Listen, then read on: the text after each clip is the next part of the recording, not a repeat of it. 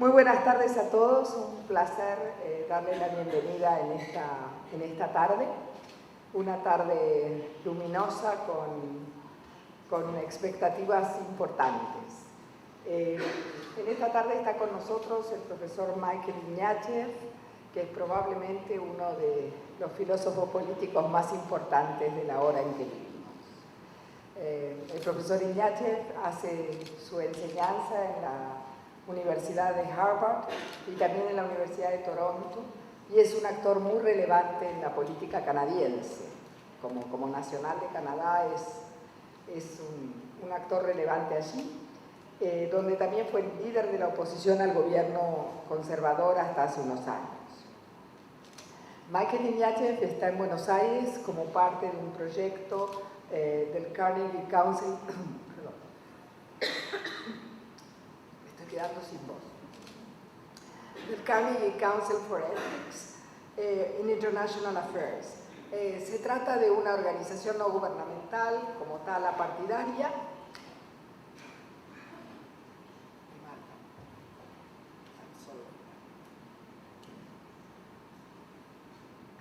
bueno, empezamos de vuelta.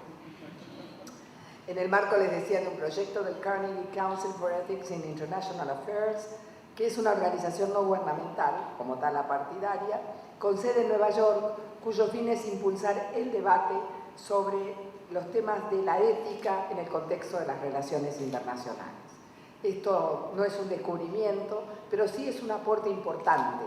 La sola idea de plantearse un proyecto de trabajo que contemple la ética en el ámbito de las relaciones internacionales.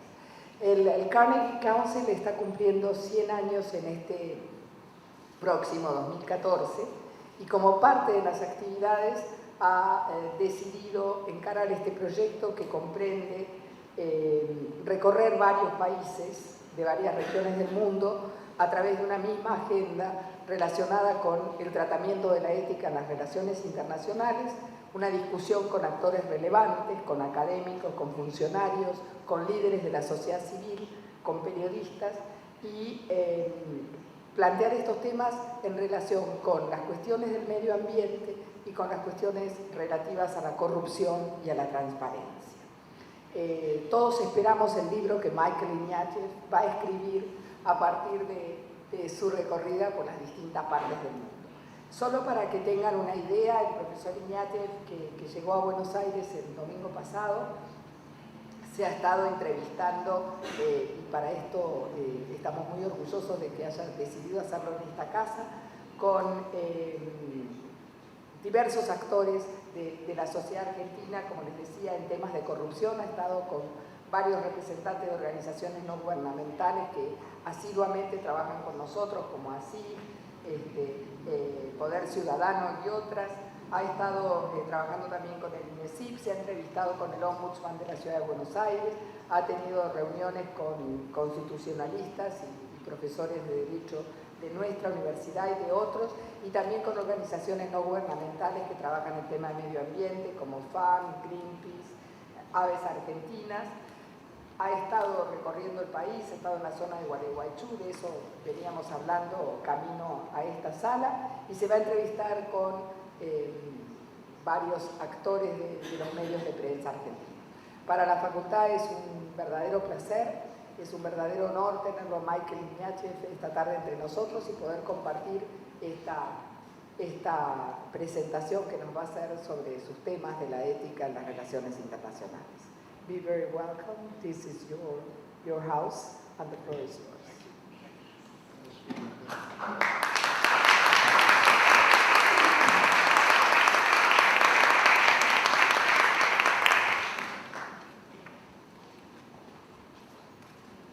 Thank you for coming.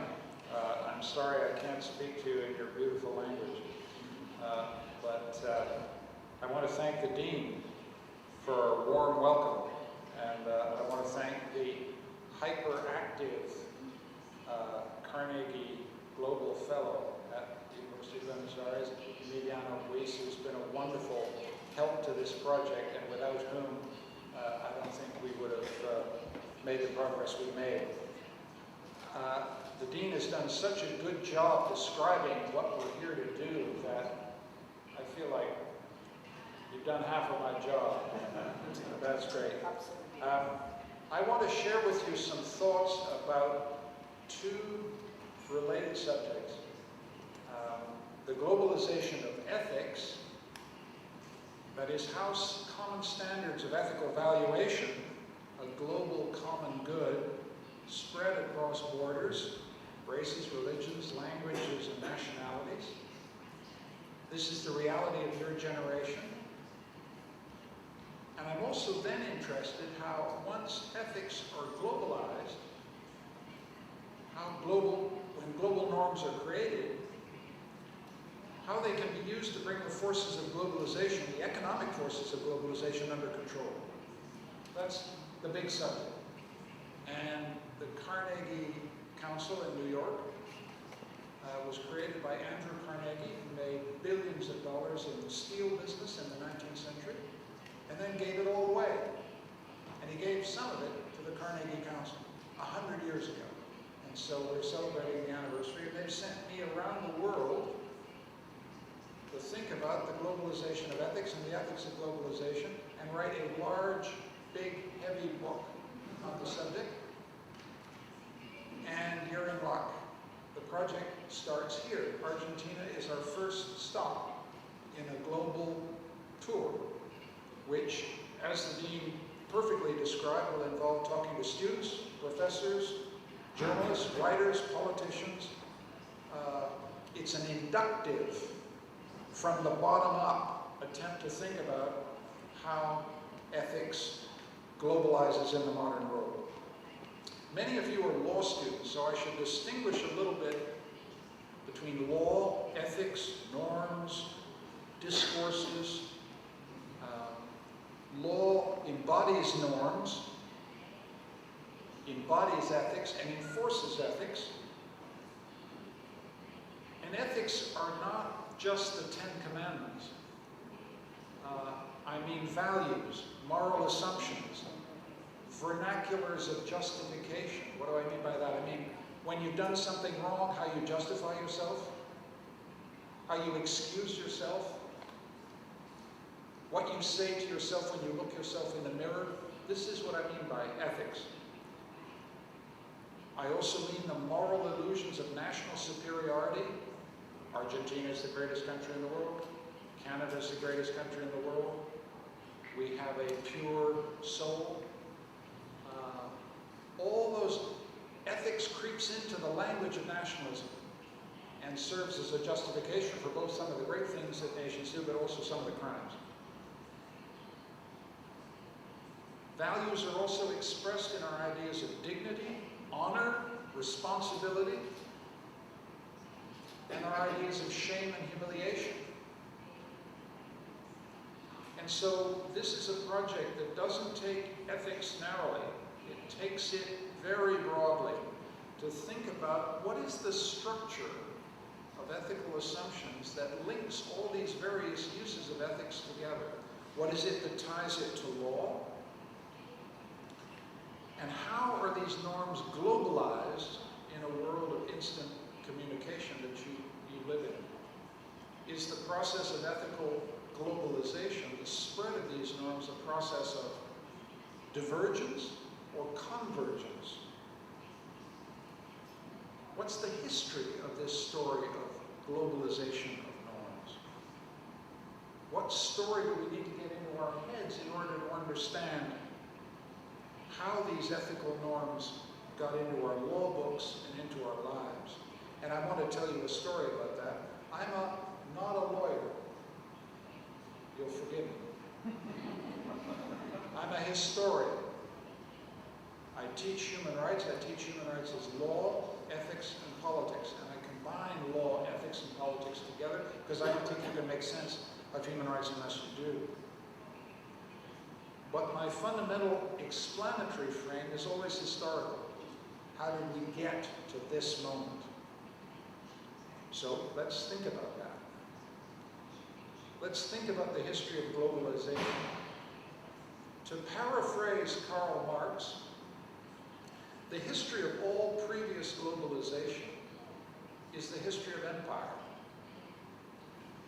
Every empire that has sought to conquer other countries brings with it the ethical framework which it uses to justify its authority and its rule. So as empires, Greek, the Roman, the British, the Portuguese, the Spanish, as they spread imperial rule and domination and imperial law, they also spread norms. But the diffusion of norms is through conquest and imposition and force. And that's the history of all the globalizations that we've lived until this moment. Now, what's new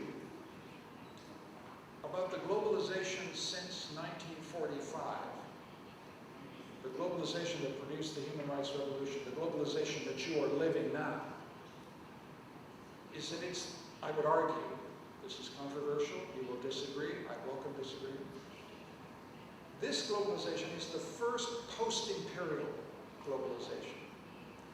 The first example where the globalization of ethical norms is not imposed by force, conquest, violence, and coercion. It's a different process of diffusion, and we have to understand what that process is. If you start and ask the question, where does international human rights come from? And this is the global norm I'm going to look at most. The emergence of human rights as a global norm. If you ask where that comes from, it comes from the disgrace of the European state.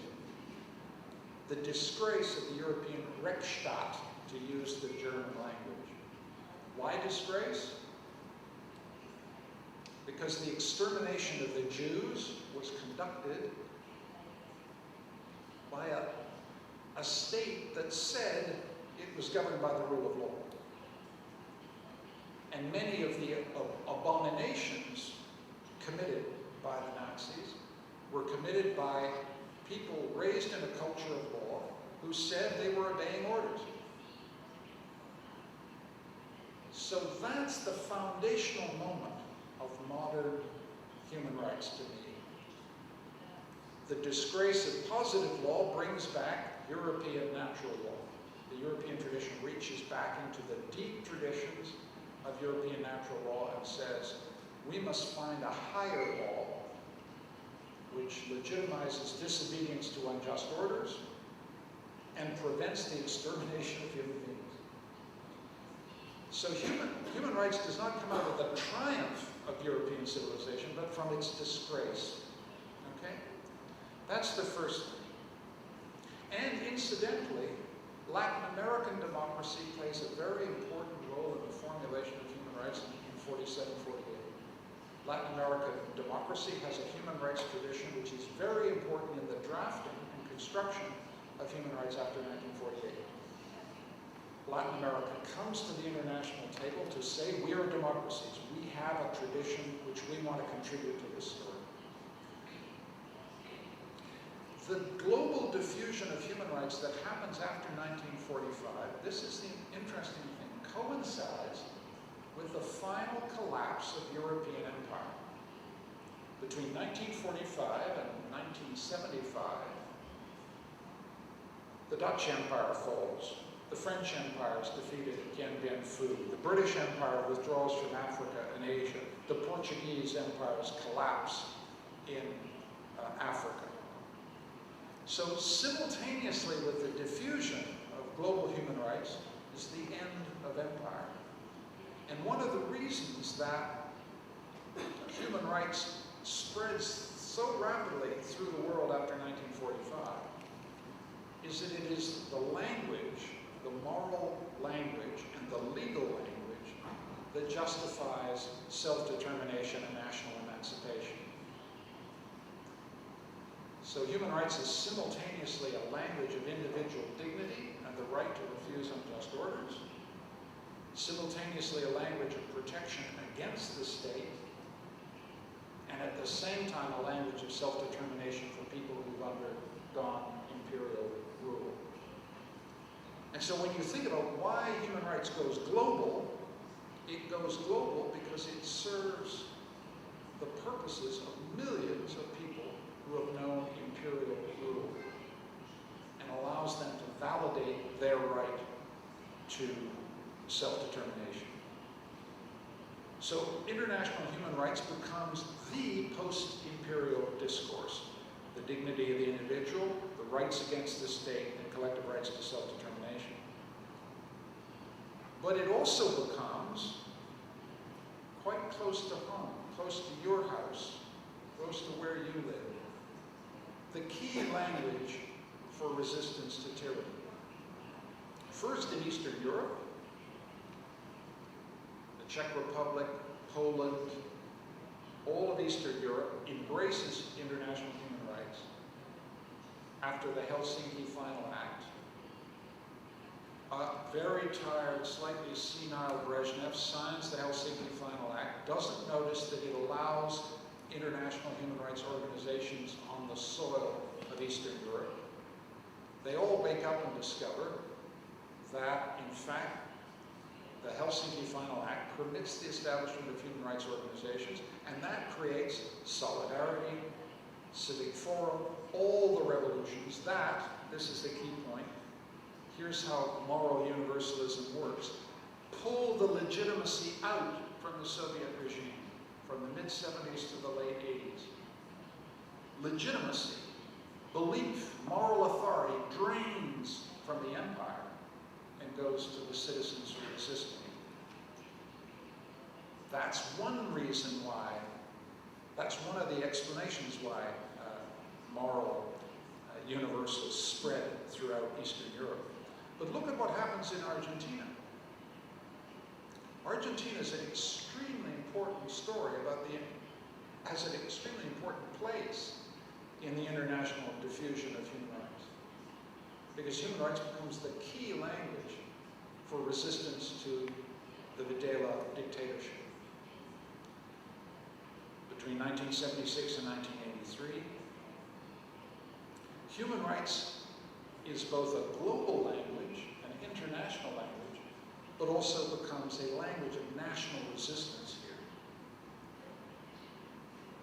So the global has authority because it goes local.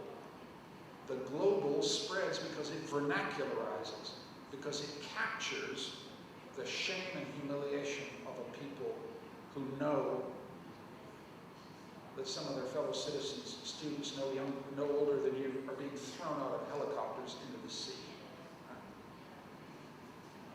And some of the most powerful examples of courageous moral witness in the world are from Argentina. The mothers. The mothers are not just an Argentinian phenomenon, they become a global phenomenon, a global symbol of people saying, you tell me what happened to my daughter, right? I'm not going home till you tell me what you did to my daughter. You owe it to me to tell me what happened to my daughter. Don't lie to me. Right? Immensely powerful example. Not just the mothers, but then the Nunca Más Commission after democracy returns. Everybody in the world looks at Nunca Más and that commission as an example of how a society comes to terms with the trauma of tyranny and violence. If you go to South Africa in the early 1990s, what are they talking about? They're talking about Argentina. As they put together the South African Truth and Reconciliation Commission, the model of the Nunca Más Commission is central to the shaping of that. So here we get a complicated story about how global norms go global. You have the global norm of international human rights that gets taken into a national struggle to free you from tyranny. That national struggle in Argentina then exports its model to other countries struggling for freedom. So you are both You're both receivers of the global norm and producers of moral examples. And this is why Argentina remains of enormous importance in the history of how norms globalize. So, we now have, thanks to some of these processes, a set of global norms in relation to international human rights.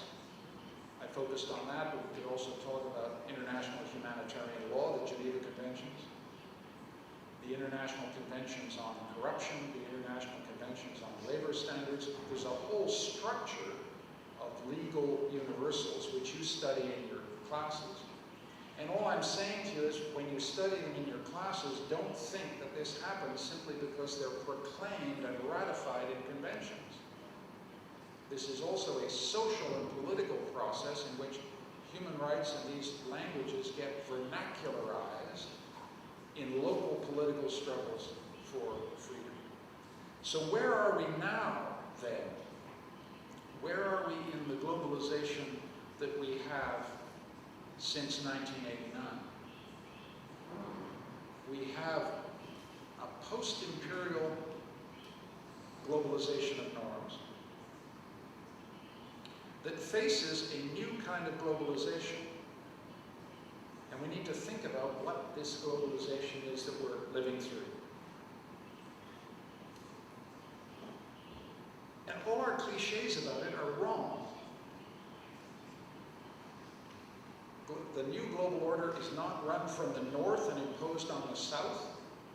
There's as much trade between southern countries as there is between the north and the south. Last week you saw a picture of two major world leaders walking on a golf course in California. One of them was the American president, and the other one was the Chinese president. Tell me which one was the most powerful. It's not so obvious anymore. 15 years ago, we know who's the most powerful. For another 5 to 10 years, maybe the American president is more powerful. But this is a new world. A polycentric world.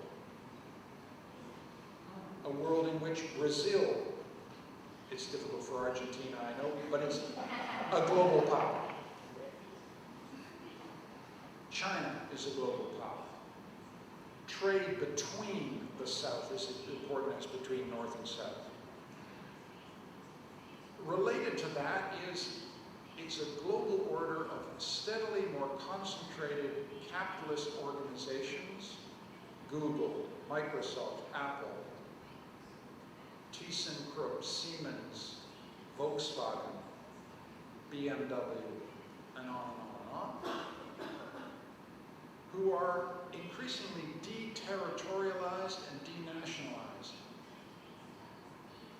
They are not reliably the servants of American state interest, or German state interest, or even Chinese state interest. They're deterritorialized, denationalized. The other aspect of globalization which is so new is obviously the communications revolution that you live in. But it changes the relationship. Again, our cliche is globalization has a core and a periphery, a center and an edge. And all action is in Washington and New York, and you poor folks in Buenos Aires are on the periphery. Not so. Not so anymore. The communications revolution changes the relationship between core and periphery, and in my view, empowers the periphery. Or potentially empowers the periphery. So the old Marxist schema about globalization doesn't describe the globalization you're living. The other aspect of globalization is that it has, talk about a moral code, because there is no Soviet, socialist, communist competitor, there's one system. A global capitalist system for the first time, in which the motto of the entire system is what the Chinese president once said, it is glorious to be rich. there's a single moral value to globalization. It is glorious to be rich. Highly individual validation of profit maximization and consumption. The other feature of this globalization, because it's post-imperial, is that it's not under the domination of one set of states. No one is in charge, right? The Americans think they're in charge, but they're not in charge, right? That's what a post-imperial order means. It means that when a global financial crisis hits, there is not an architecture to manage it, because no one is in charge. The other feature of globalization since 1989 has been the weakening of states, the liberalization of, the privatization of state control over the economy, the creation of open capital markets, open markets in labor, the weakening of the capacity of the state to protect you, right?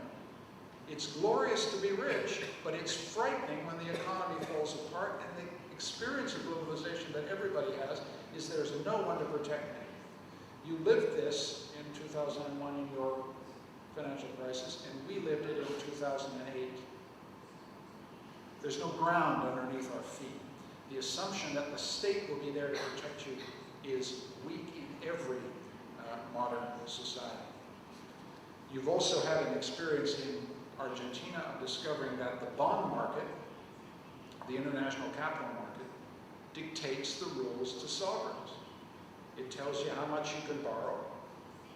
It tells you how much expansion you can do, how much indebtedness you can run. So states are weaker and they're more constrained by international global finance. And so, all around the world, sovereign states compete for jobs, and they compete for money, and the capitalists compete, the big capitalist firms compete for good regulatory deals from sovereigns, and they play what is called regulatory arbitrage, which if you don't know about it in your classes, you better get your professors to teach you. That is, big capitalist firms seek the best regulatory deal and the lowest tax regime wherever they can find it in the world. That puts tremendous pressure on sovereign states to race to the bottom in regulatory and tax terms. So that's very roughly the new globalization. And so, with all this wind-up, I get once again to Argentina. You'll be pleased to know I've been here for 4 days, and I'm a complete expert on your country. There's nothing I don't know. So for the next 20 minutes, I'm going to tell you everything about Argentina. That's a joke. I'm going to talk about 2 cases in which you see the experience of globalization that Argentina is going through, and the ethical struggle you are having to protect your country. And the cases I'm going to choose are corruption on the one hand, as the dean suggested, and the environment is the other one. And I'm going to tell you things you know, I'm just going to put them in a different box and see what you think about it. And by the way, I'm going to finish, and I hope we will have time for questions. And I hope your questions are critical, because as I say, although I am an expert on Argentina, I have only been here for 4 days. Let's look at corruption very briefly. Argentina has ratified all the international conventions against corruption, the UN Convention, the OECD Convention, the Latin American Convention. At the level of international law, you're joined up. You're signed up to the club. Enforcement of these things is weak. It's what they call soft law, but you're signed up. You know what the norm ought to be. The problem here is not confusion about the norms. You know that you oughtn't to be a corrupt society, a corrupt government. But you also know, because Transparency International, an international NGO, tells you you don't have a good comparative record on corruption. You're not the most corrupt country in the world, but you have a problem. How big a problem is a matter of argument and debate, but you have a problem. Again, you see how globalization works. I was in Berlin 2 weeks ago at the Transparency International headquarters. It's an NGO. Some of them were Argentinians. They work in Berlin, and they compile a global index of how countries are doing on corruption. So suddenly sovereign states are subjected to this invigilation from outside by young people no older than you. They come out of law schools and they go to Transparency International and they give Argentina a hard time for a living. That's globalization. That's the world you're in. It's not just a problem for Argentina. The corruption problem is made considerably worse because large companies come to your country, IBM, Skanska, find other examples, and try to corrupt your politicians. That's an important point because it is often said that as national economies open up to global competition, the big international corporations insist on rule of law and anti-corruption and clean up your act. In fact, the reverse is often the case. Inward investment does not strengthen democracy, does not strengthen anti-corruption, does not necessarily strengthen rule of law. So the story that we are often told about the relationship between liberalization of the capitalist economy and rule of law is not necessarily right. And you've seen that it's not necessarily right, because you've seen what Skanska tried to do and what IBM tried to do. So, what do we conclude from this as a preliminary story? You can ratify global norms on corruption, it won't make a darn bit of difference. You can invite best practice international corporations, it won't make a damn bit of difference. So how are you going to solve this problem? It's an Argentinian problem, and how are you going to deal with it? One of the things that I've been having most interesting conversations, and before I came here had many interesting discussions with Argentinian political scientists, is what is it that is distinctive about Argentinian political culture that would explain why you have a persistent problem with corruption? Again, please understand, you don't necessarily have a worse problem than anyone else, but you have a problem, and the beginnings of an answer are to look at what is specific to your political culture. So what is it that's specific about your political culture? Your best experts tell me the following things. You have a weak state and strong nation. You had a weak colonial inheritance from the Spanish. They didn't build institutions. So you had to build institutions. You had a bad institutional inheritance. This relates directly to the law school of Buenos Aires. You have a very weak judiciary and a very weak legal profession. The law profession is not strong enough to impose its own standards. The judiciary doesn't have the authority and independence, constitutional independence, to follow through corruption investigation. At a more deep level, authority in Argentinian political culture is personal, not institutional. You have a hyper-centralized presidential system which personalizes authority in the form of the Peronist tradition, in the form of the current tradition, the current incumbent. And when authority is personal rather than institutional, it becomes much easier to develop a political culture in which helping your family and your friends with institutional favors is viewed positively. I mean, understand, this is kind of interesting. That is, if you're stopped for speeding in the United States, they write you a ticket and you'd be very stupid to talk to the cops. An Argentinian friend tells me if you're stopped for speeding, it's a very good idea to talk to the cops because the cop might give you a break in return for a small consideration. And he'll do it because it's two Argentinians establishing a connection with each other against the state. Right? So fraternity between Argentinians turns out to be more important than loyalty to the institutions of the state. It's a hypothesis. It's what I'm told. I may be wrong.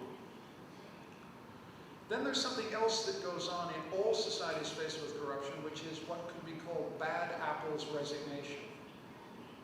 There are bad apples in every basket. There are always bad apples in every basket. It's human nature. There's nothing we can do. And then there's a kind of funny way in which corruption becomes a source of perverse pride. Ha! We're just that way. We are the way we are. Right? The most interesting justifications, I'm now talking about how moral justifications work as excuses. The most interesting explanations to me always involve Borges, your great writer. Over and over and over again, I get Borges cited to me. The famous sentence in his History of the Tango in which he says, Argentinians are individuals, they're not citizens. They regard the state as a distant abstraction. Right? Every time I ask why corruption is a problem in Argentina, they cite Borges. And Borges, I love Borges. I love Borges. It's one of your great contributions to the literature of the world. But it's not obvious to me that it's good to use Borges as an excuse. Borges is writing in the 70s and 80s, or in fact he's writing this essay in the 50s. Is Borges allowing for the possibility that as democracy consolidates, as you have regimes more and more stable, you have democratic transitions that actually work, if you get democratic stability, you begin to get democratic expectations. If you have democratic expectations, you start to behave like a citizen, not like a selfish individual. So it may be that the use of Borges is a kind of excuse to get yourself off the hook. And it neglects the sense in which democratic consolidation of your society is changing the way Argentinians think about the state and their society. It increases their, as you have more successful democratic transitions, it increases your loyalty to the state. So you don't want to use cultural explanations as an alibi for your problem. And ethics functions as an alibi. So you want to use ethics as a test, an encouragement to change, not as an excuse to keep doing what you're doing. And what is political can be changed. It's a question of mobilization. Mobilization in which you understand that what's at stake is the vitality of your democracy. Corruption is a problem of democracy. It's not a problem of personal character or individual bad apples. It's a challenge to your democracy. And if people get away with corruption, that is, if they have impunity, it destroys trust. And without institutional trust, without being able to count on people just because they hold an office, all trust becomes personal. And when all trust is personal, all authority is personal, and you're back where you started. And the interesting point about the story of the policeman being stopped and taking a bribe is that not everybody can pay a bribe. Bribery increases inequality. Only some people can get the favor, right? So it hastens elite capture of institutions when bribery works. If money can buy access to power and authority, it increases inequality in your society and increases exclusion. That's serious business. That's why it's a problem of democracy. So the anti-corruption cause has to be linked to the preservation of democracy, and then there's another thing that's complicated here. Democracy is not majority rule. Democracy is not majority rule in elections. Democracy is popular control of power, which means checks and balances. It means an independent judiciary. It means independent institutions like ombudsmen, an independent central bank, a free press, institutions whose independence is respected and safeguarded. If you don't have separation of powers, judicial independence, free press, and autonomous agencies. An autonomous agency means something real. It means a statistics office whose statistics you trust. A statistics office where the statistics aren't screwed around with for political reasons. Right? You can't have a democratic debate if there's no commonly accepted set of statistics upon which to base debate. So the issue is not corruption or statistics, the issue is whether you can have an honest democratic debate about the problems your country faces in the absence of any verifiable and solid information. Right?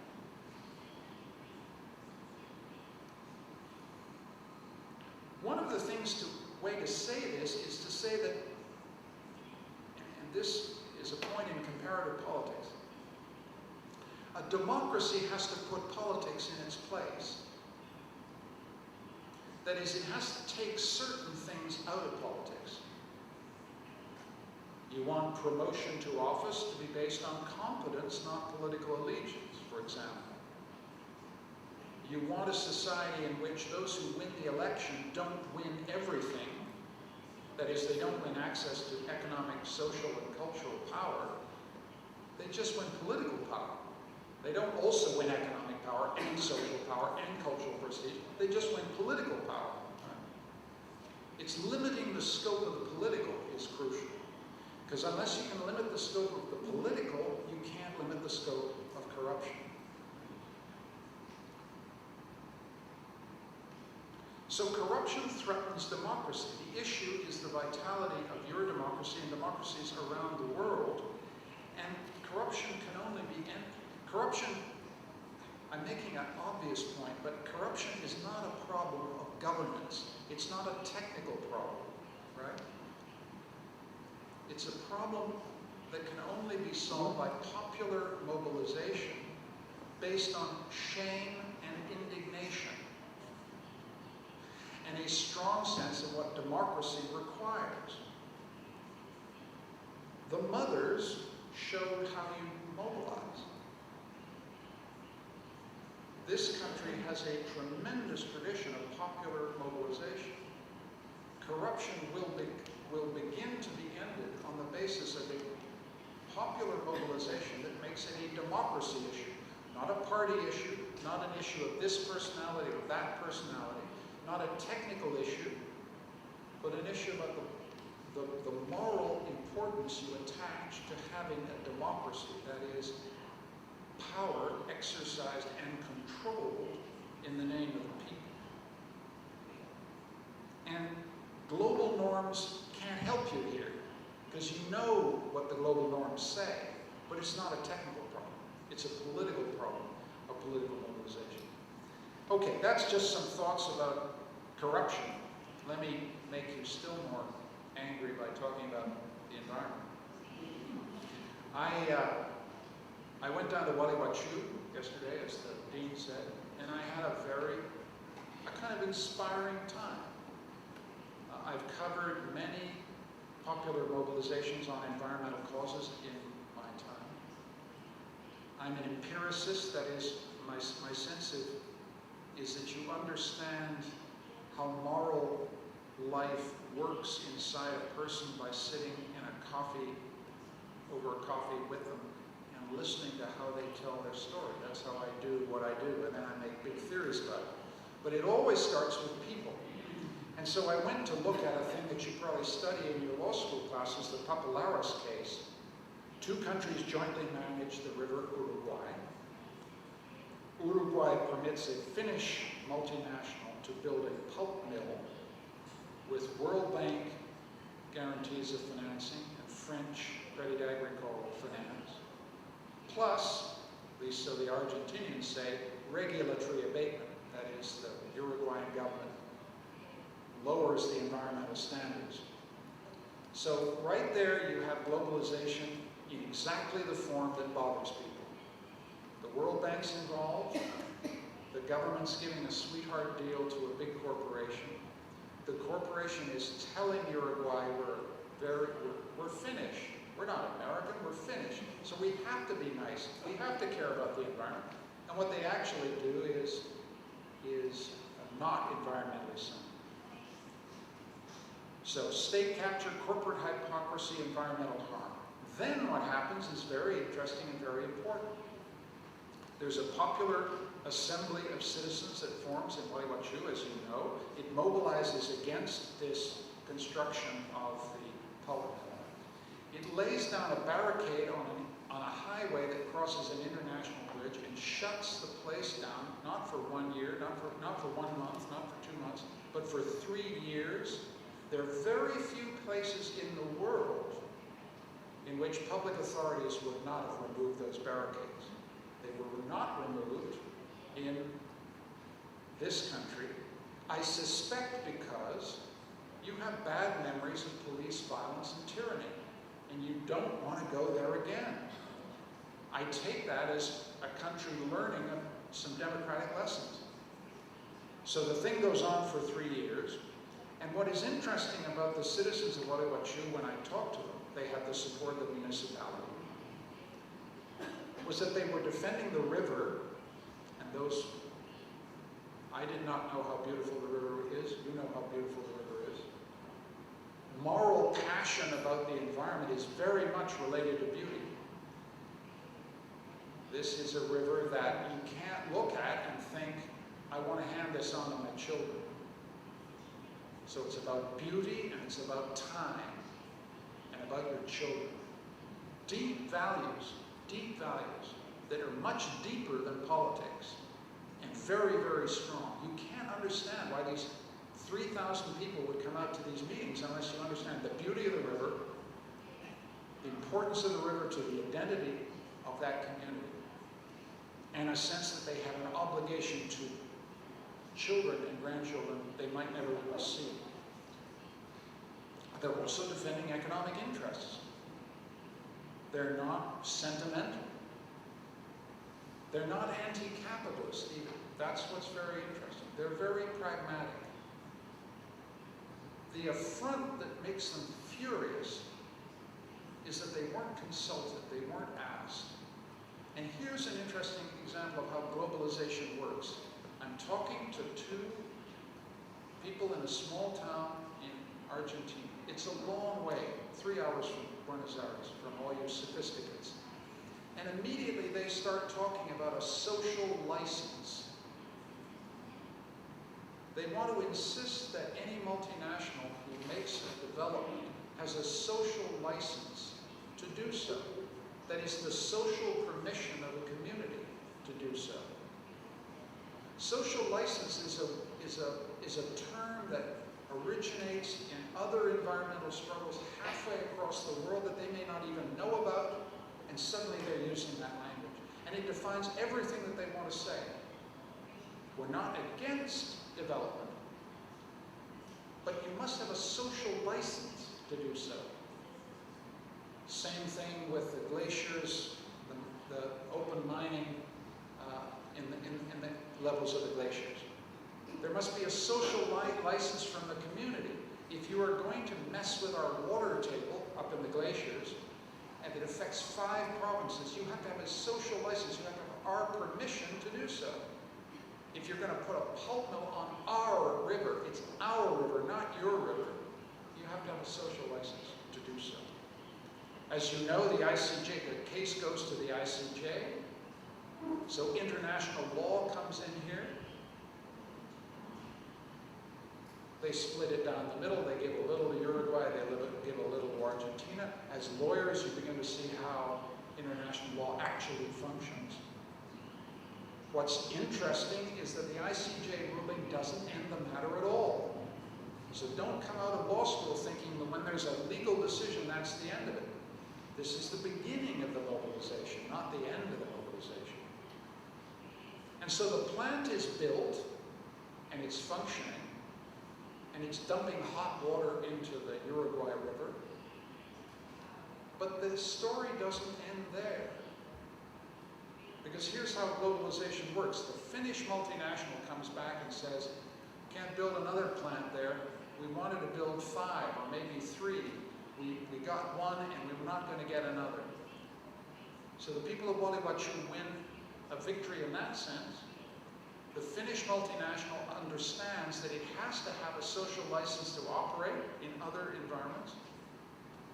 And the people of Gualeguaychú have an unforgettable experience in what it is to mobilize around an issue.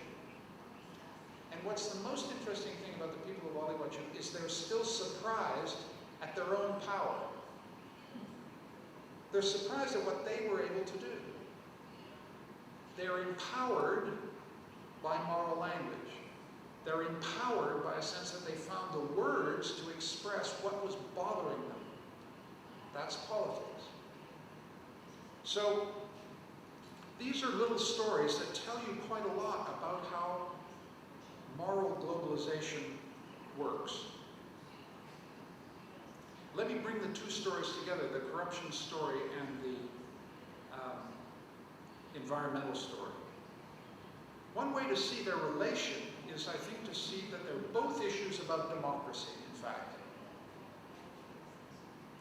They're both issues about the power of the people, and whether the power of the people can subject the state to control. That's the corruption story. And whether the power of the people can subject some supranational corporations to the power of the people. And so the core issue here is not, the core value issue here is not that corruption is dirty or that the Finns are dirtying the environment. The issue is, can we control the conditions of our lives? The moral value here that's central is about empowerment. What's interesting about the language that I heard in the anti-corruption discussions and in the Gualeguaychú discussions is that it's out of the old ideological paradigms. Nobody spoke the language of anti-capitalism. No one spoke the language of the class struggle. No one thinks the solution is further state control of the economy. No. It's a very pragmatic language that even says, we want development, but we want development on our terms. We want progress, but we want to control progress in some way. So both of these struggles seem to be battles for popular control of the state and of the economy, and the value, the democratic value that's at the core here is an idea of dignity connected to the idea of empowerment. The people I've talked to in Argentina this week want their voice to count. They don't want to be treated like fools or children. They don't want big corporations or their government to pull a fast one on them. They don't want to change the world. This is not utopia. But they want to be treated like individuals. The core value here is the connection between dignity and individual empowerment. And I think the globalization of ethics that I talked about at the beginning, the global diffusion of human rights, has made this possible. Human rights empowers individual agents, allows you to think of yourself as individual agents who matter. Everyone counts for one and nobody counts for more than one. The state exists to serve you and not the other way around. The state has responsibilities for you, you have responsibilities towards the state. individuals matter, they're entitled to be heard. And if that's the case, then each person has a political responsibility. You're not spectators in the comedy called Argentina. You are actors in the drama of shaping Argentina. And that desire to be active shapers of your world is very, very deep moral yearning and longing that I see not just in Argentina, but in most societies. And that responsibility is affirmed through collective action, in which with strangers you learn how powerful you are, and in acting with strangers you become at last true citizens of your country. So I'll leave it there. Thank you.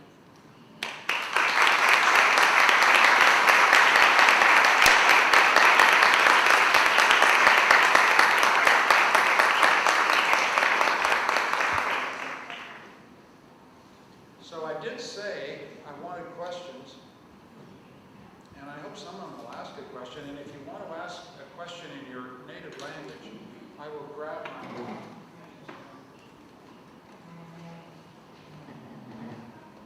I would like, by the way, if I may, I come from a bilingual country. I'll take your question just a second. I come from a bilingual country. In Canada, we speak French and English. And if I had not misplayed my life, I would be trilingual. I would speak Spanish, but I don't.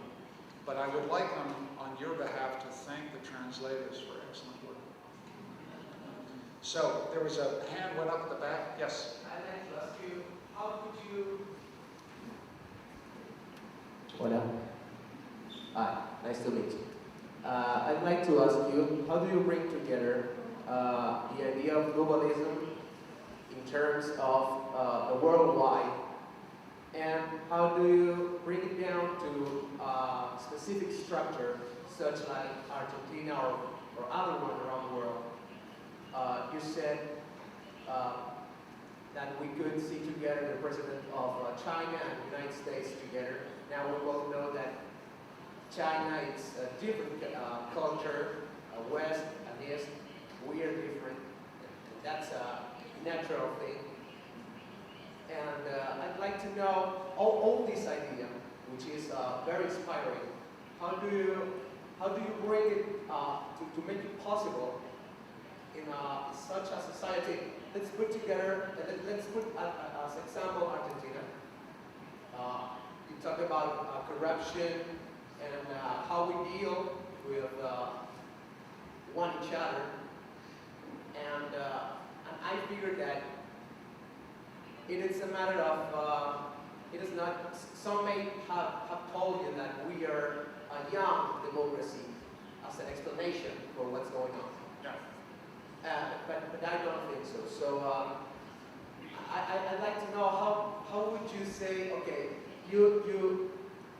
United States is not always taking for itself international treatments, and you do good, you go well. So we take every international agreement and we're going wrong. So how can we put down those great ideas I had the chance to hear from?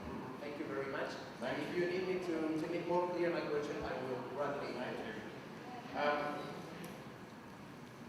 I think I hear your question as, how do you get out of the clouds and onto the ground?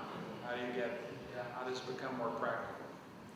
I think that's a fair point, but I think it's very important to understand where we are.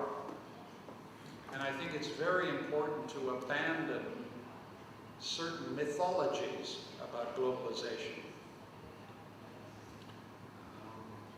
And I think it's very important to focus on what the real problem is with globalization. And I think the real problem is powerlessness. The feeling that citizens right around the world, whether it's in Buenos Aires or in Ottawa or in Beijing, feel powerless.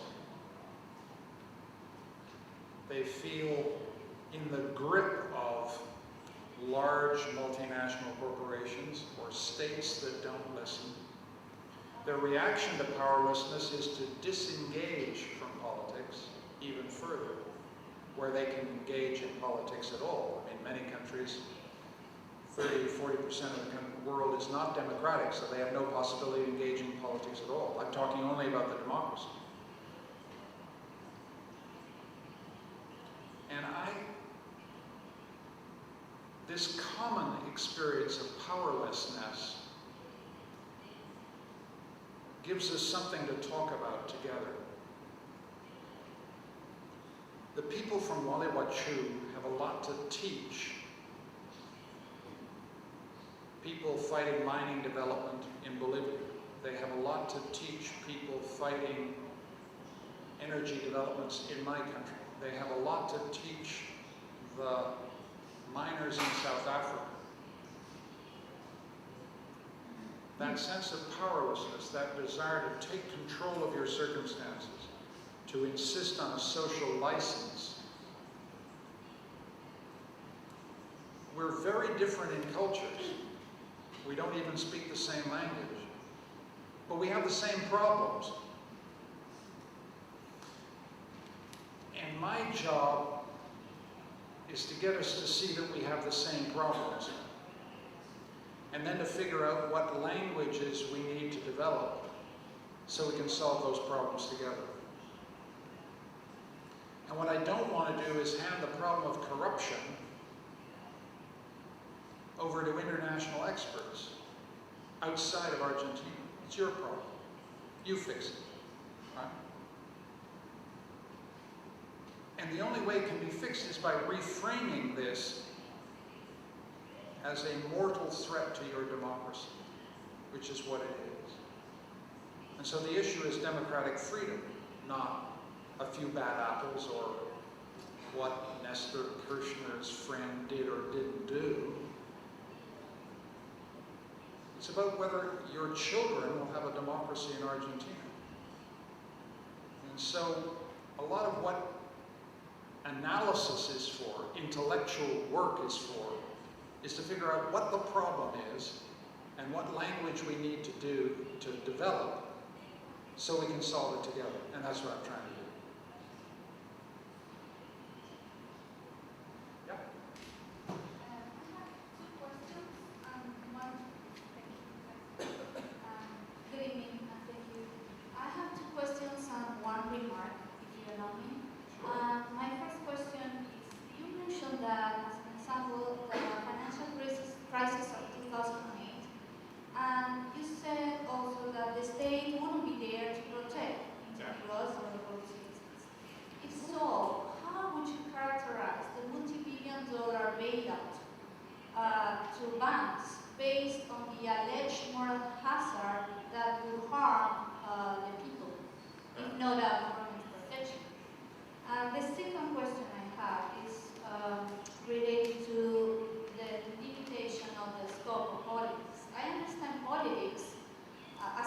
Source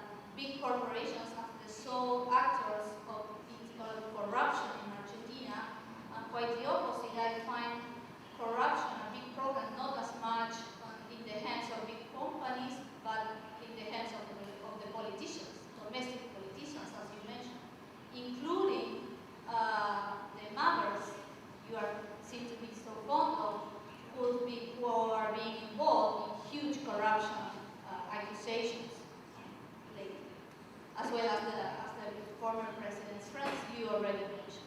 So, but that is just a short remark, and I thank you for this. You're making great points. I can't do justice to all of it. The state in 2008 came to the rescue of banks, insurance companies, exactly as you described, because of the moral hazard problem. I was in politics at that time. Here's what I didn't like. If we don't get a bailout, the system is going down. You can't have a democracy where you have that kind of blackmail from people who are too big to fail. One of the biggest challenges facing democracy is to make sure that no one is too big to fail. I don't have an anti-capitalist bone in my body, but some of these corporations are so big that they threaten the rest of the whole population with the destruction of their savings and employment. And what's worse, they make the profits and socialize the risks. That is, they transfer the risk to the taxpayer. That just seems to be wrong. Again, I want to have a state that does its job and markets that are competitive and do their job. I don't. And so, in fact, the good news about the Western democratic state is that it is not cracked up since 2008. It is under tremendous pressure in Greece, tremendous pressure in Spain, but Argentinian democracy did not collapse during the 2001 meltdown. It was tough, but the institutions survived. This is a very important and good sign. But I fear that the next time we have a global economic crash, and we get the same politics of blackmail, the state may be so depleted and so weakened by austerity and by low economic growth that it may not be able to survive the next crash. So we need to make sure that doesn't happen. So that was point one. One of the things I think about, you then raised this issue about the limits of politics. I mean, I had an interesting conversation this morning about export licenses in the agriculture sector in Argentina. Why is it that the Argentinian state insists on export licenses for every agricultural product exported abroad? That strikes me as a classic case where the state can take a rent off every transaction in a way that's an invitation to institutional corruption. I'm not a free market neoliberal, right? But I think we ought to ask ourselves honestly, what is the appropriate role of the state, and keep it limited, because to the degree that you can keep the role of the state limited, you limit the opportunities for corruption. That was my point. Certainly, the large corporations who are domesticated and work in the Argentinian environment, been here for a long time, play by the rules. I don't have a general indictment of these corporations. Those that play by the rules, file their taxes, pay their fair share, and are members of the community seem fine. And every citizen thinks that. That's why anti-capitalism doesn't seem credible to a lot of people. These people provide jobs, and to the degree that they play by the rules, nobody has a problem. I don't either. But it's the state and citizens who make the rules. Your point about the mothers, I'm aware of the accusations of corruption, and I won't comment further. All I want to say is I don't want us to sully the memory of what they did. The memory of what they did was historically important for Argentina and for the world.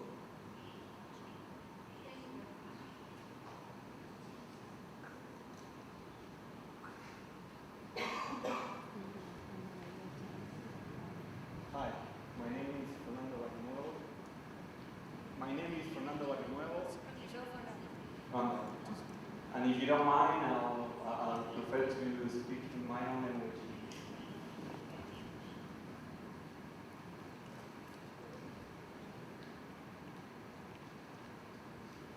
Durante la charla hubo varios momentos en los cuales tomé nota de diferentes posturas que tomó. Yo soy abogado ambientalista, y del mismo modo de que entiendo el problema ambiental como un problema fundamentalmente sistémico, me cuesta mucho hablar de globalización y restringirlo estrictamente a una cuestión política. Entiendo que el mundo entero hoy por hoy está atravesando un momento muy particular en el cual no se puede hablar de política sin hablar de economía. Si bien usted habló de las instituciones y de los sistemas económicos, creo que estamos en un momento fundamental a nivel global para repensar las instituciones y los sistemas económicos. Digo esto porque tendríamos que empezar a pensar un poco más el real valor de las instituciones. Estamos todos de acuerdo en que Europa tiene instituciones sólidas, pero sin embargo, ¿cuál es hoy la legitimidad de los gobiernos europeos fundamentalmente? En los cuales ya no dependen de sí mismos, sino dependen de órganos supranacionales. Hoy por hoy, quien dirige Europa no son los propios estados, sino es Alemania, sino es el Banco Central Europeo y es el FMI. Y es paradójico pensar cómo en esta época Alemania logró la hegemonía en Europa que no la tuvo a través de la guerra. Con esto quiero decir que el imperialismo es el mismo, la metodología cambió únicamente. Si antiguamente el imperialismo era a través de posesión directa y sometimiento directo, hoy por hoy el imperialismo pasa por estructuras estrictamente económicas. Entonces, ¿cómo hablar de ética en la política si no hablamos de ética en la economía? Si no hablamos de ética en la distribución de la riqueza. ¿Cómo podemos pensar una globalización que lo único que impone es un sistema hegemónico consumista? Y ahí por ahí pasa el imperialismo. Entonces yo creo que realmente tendríamos que revisar cuestiones más importantes, como fundamentalmente el sistema económico imperante en el mundo, que si bien en la charla de hoy hablamos acerca de China, hablamos acerca de Europa, hablamos de Sudamérica, Estados Unidos, ¿por qué siempre olvidamos África? ¿Por qué olvidamos millones de personas que mueren? Millones de personas que mueren y que viven en situaciones prácticamente infrahumanas, debidas al sistema económico. Entonces lo que hay que repensar es eso, el sistema económico, y en tanto y en cuanto no veamos un sistema económico cerrado, un sistema en el cual la ética no entra, estamos dando vueltas en un círculo vicioso. Entonces yo creo que el planteo más profundo es analizar los sistemas económicos y la pregunta básica es ¿cuál es la ética? ¿Cuáles son las normas éticas de la globalización?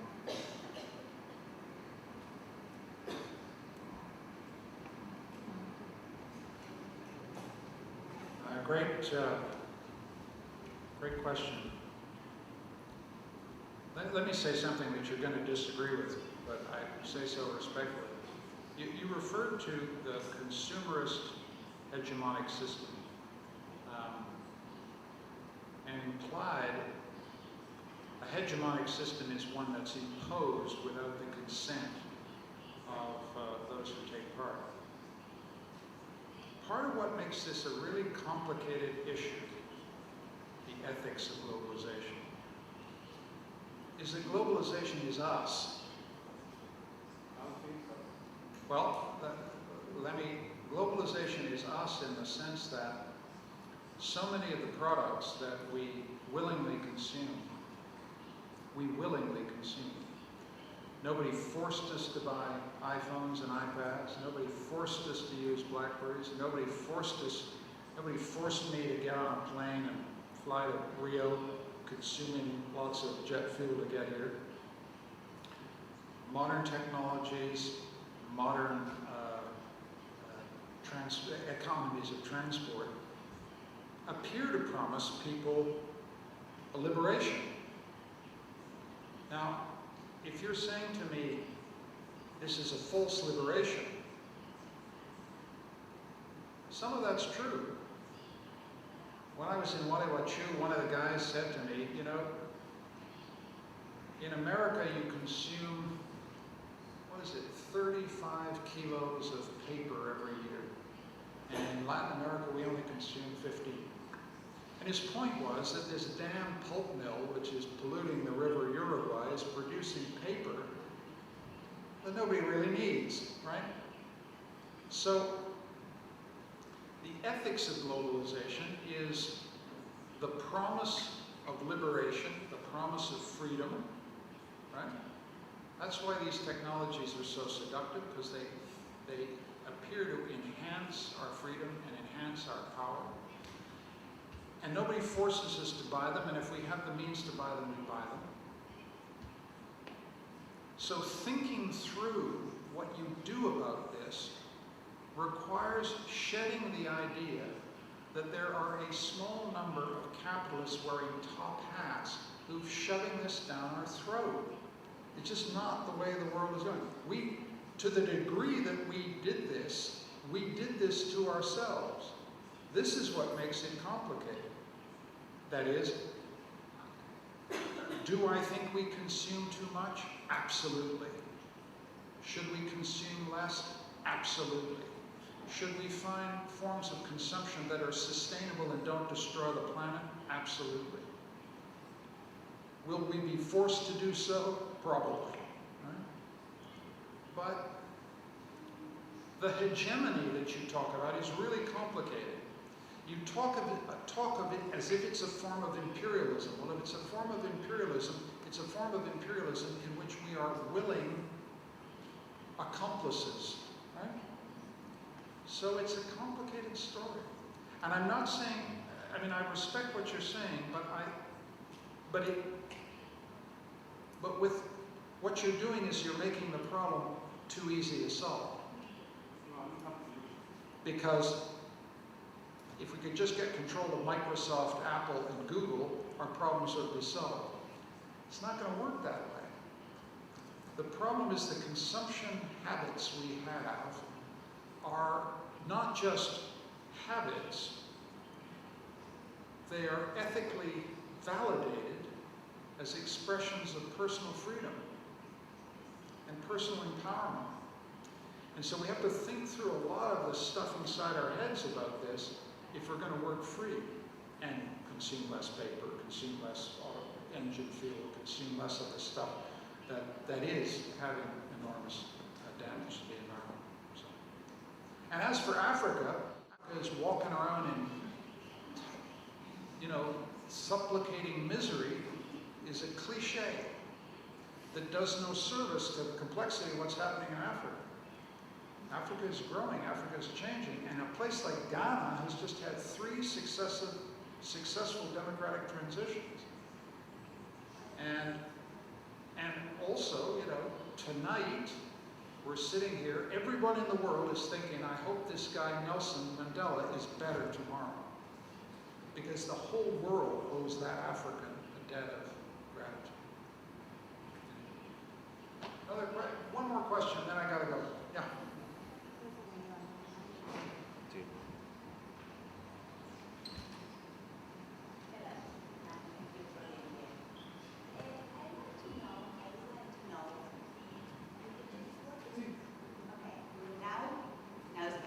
Shout. Impossible for me. I'd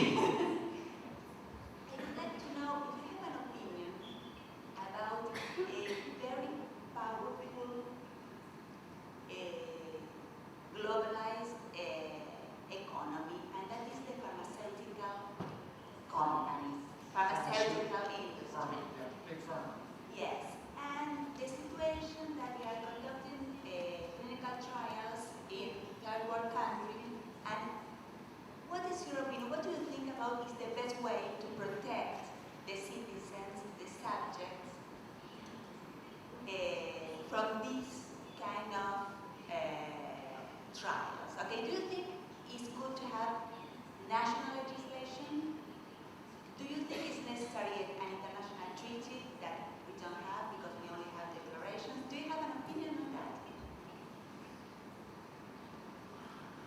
right answer is a little of both. I think it's extremely important to get international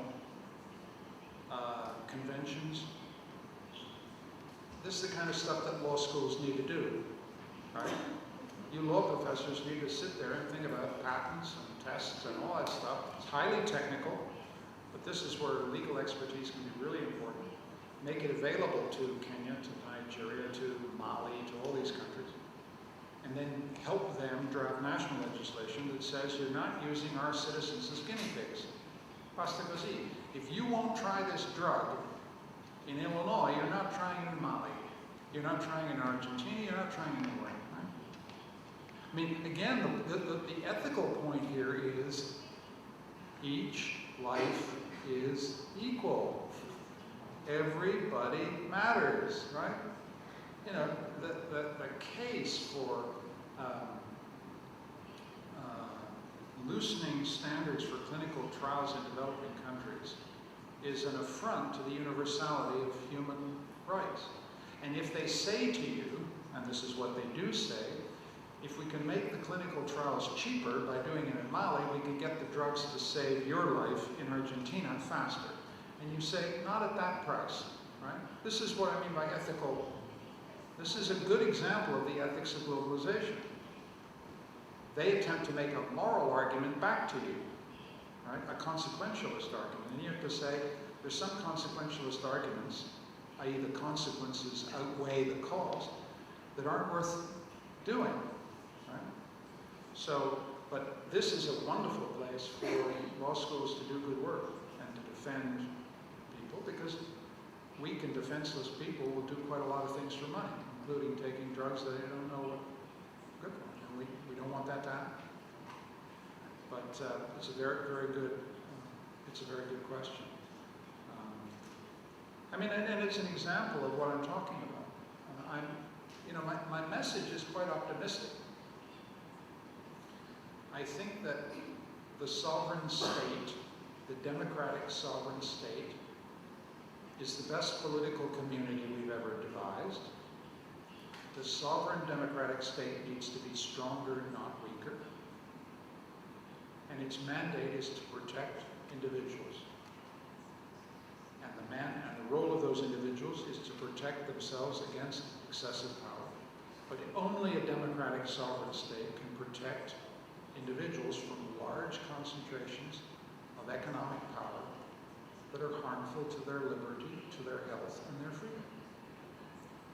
So I'm a big man for sovereign political authority, democratic sovereign political authority. And I am an anti-imperialist in that sense. We tried that.